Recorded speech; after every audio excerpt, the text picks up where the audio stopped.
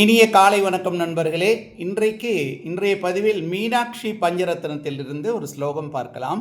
முதல் ஸ்லோகம் பார்க்கலாம். உத்யத் பானு சகஸ்கர கோடி சத்ருஷாம் கேயூர ஹாரோஷ்வலாம். இதுதான் ஸ்லோகத்துடைய முதல் வரி. உத்யத் பானு சகஸ்கர கோடி சத்ருஷாம் கேயூர ஹாரோஸ்வலாம் அப்படின்னு நம்ம பிரித்து அர்த்தம் பார்த்துடலாம். உத்யத் பானு ரெண்டு தாவும் வந்து மூணாவது தானம். உத்யத் பஹா நாலாவது பானு. உத்யத் பானு பா நாலாவது பா. உத்யத் பானு சகஸ்கர கோடி சத்ருஷாம் ஆயிரம் கோடி உதய சூரியனின் ஒளிக்கு ஈடான ஒளியை உடையவள் யார்? மீனாட்சி அம்மன்.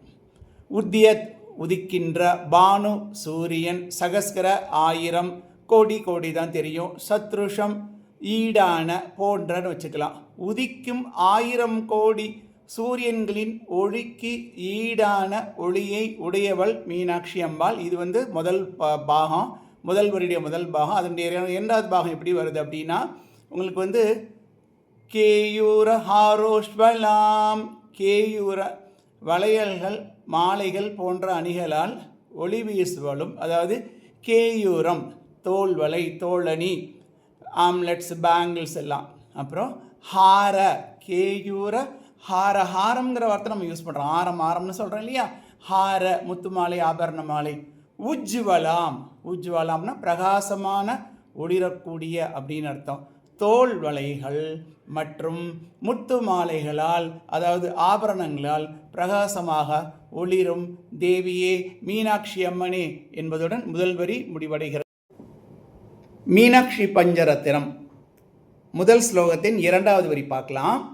பிம்போஷ்டிம் ஸ்மிதந்த பங்க்தி ருசிராம் பீதாம்பர அலங்கிருதம்.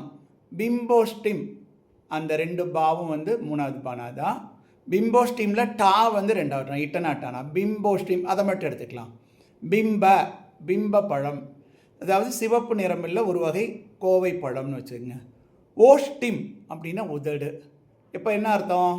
மீனாட்சி அம்மனுக்கு சிவந்த உதடுகள், அதான் அர்த்தம்.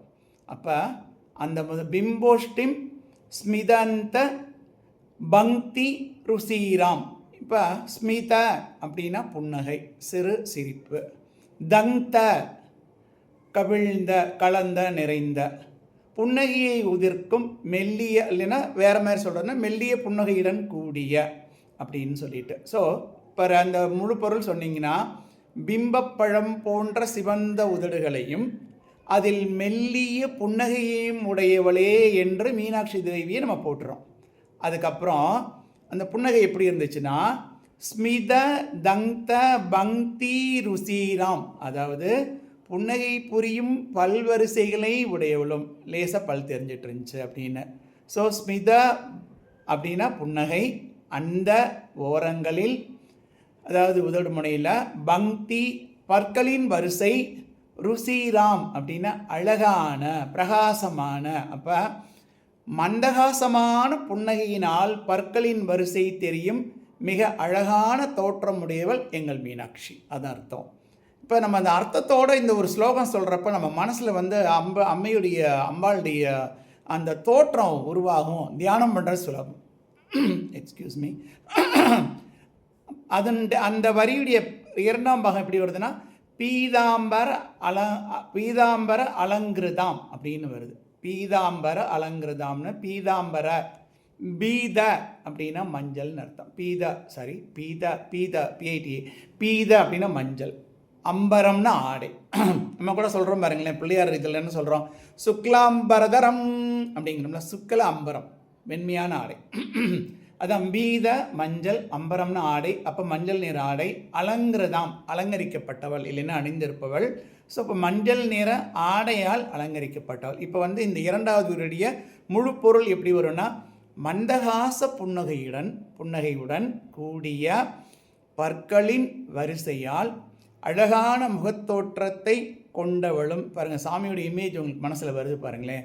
மஞ்சள் நிற பட்டுடுத்தி அலங்காரமாக இருப்பவளுமான தேவியை நான் தியானிக்கிறேன்.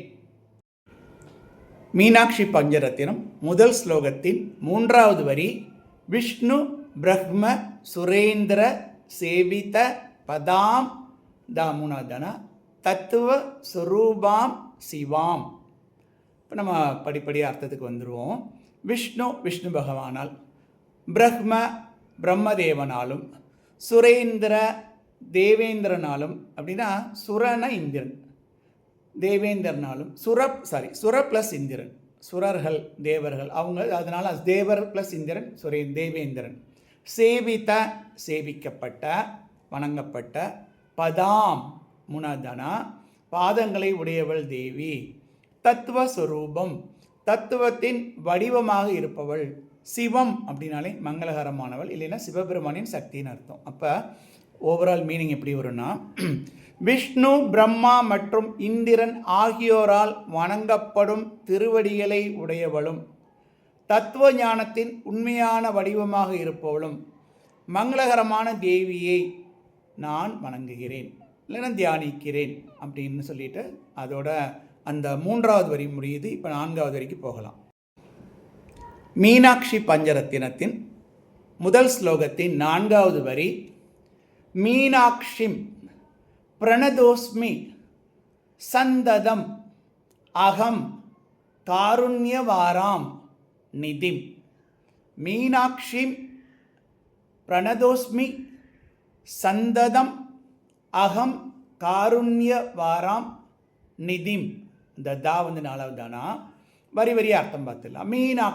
மீனாட்சி அம்மனை, பிரணதோஸ்மி பிரணதக ப்ளஸ் அஸ்மி நான் வணங்குகிறேன், சந்ததம் எப்பொழுதும், அகம் நான் அடியேன், காருண்ய கருணை தயை, வாரம் கடலாக விளங்கும், நிதிம் இருப்பிடம், நிதினா நம்ம தெரியும், நிதினா நிதி தெரியும், இருப்பிடம் புதையல் அதெல்லாம் சொல்லலாம். இப்போ ஒட்டுமொத்த அர்த்தம் எப்படி வரும்னா, கருணை கடலாகவும் கருணையின் புதையலாகவும் விளங்கும் மீனாட்சி அம்மனை நான் எப்பொழுதும் வணங்குகிறேன் அப்படின்னு சொல்லி இந்த 4வது வரி முடியுது. இப்போ நம்ம ஒரு வாட்டி ஸ்லோகத்தை சொல்லி பார்த்துடலாம். மீனாட்சி பஞ்சரத்னத்தின் முதல் ஸ்லோகத்தை நாம் இன்னொரு முறை சொல்லி இந்த முடிக்கலாம். உத்யத்பானு சகஸ்கர கோடி சத்ருஷாம் கேயுரஹாரோஷ்வலாம் பிம்போஷ்டிம் ஸ்மிததந்த பங்கீருசீராம் பீதாம்பர அலங்கிருதாம் விஷ்ணு பிரம்ம சுரேந்திர சேவித பதாம் தத்வஸ்வரூபாம் சிவாம் மீனாட்சிம் பிரணதோஸ்மி சந்ததம் அகம் காருண்யவாராம் நிதிம். கேட்ட நண்பர்களுக்கு நன்றி, வணக்கம். வீடியோ முடிப்பதற்கு முன்னாடி உங்கள்கிட்ட ஒரு சின்ன வேண்டுகோள் வைக்கிறேன். இது வரைக்கும் லலிதா சகஸ்ரநாமத்தில் 90வது நாமத்திலிருந்து 129 நாமம் வரைக்கும் பார்த்துருக்கோம். 90 to 129 40 பெயர்கள் இதில் அடங்கியிருக்கு. நான் 4 வீடியோக்கள் போட்டிருக்கேன். எல்லா வீடியோக்களுக்கும் உங்களுக்கு நான் லிங்க் ஒரு தடவையும் எல்லா ஒரு சின்ன வீடியோ பெரிய வீடியோ எல்லாத்துலேயுமே டிஸ்கிரிப்ஷன் பாக்ஸில் உங்களுக்கு நான் லிங்க் கொடுத்துருக்கேன்.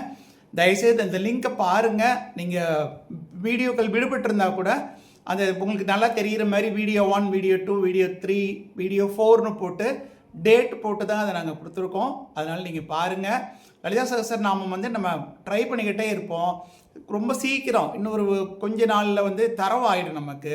அப்போ நமக்கு சொல்கிறது ரொம்ப ஈஸியாக வரும். திரும்ப பயிற்சியினால் அதை எளிமையாக்கிடலாம். அவங்களுக்கு நான் அர்த்தத்தோடு அதை சொல்லணுங்கிறது என்னுடைய ஆசை. நன்றி, வணக்கம்.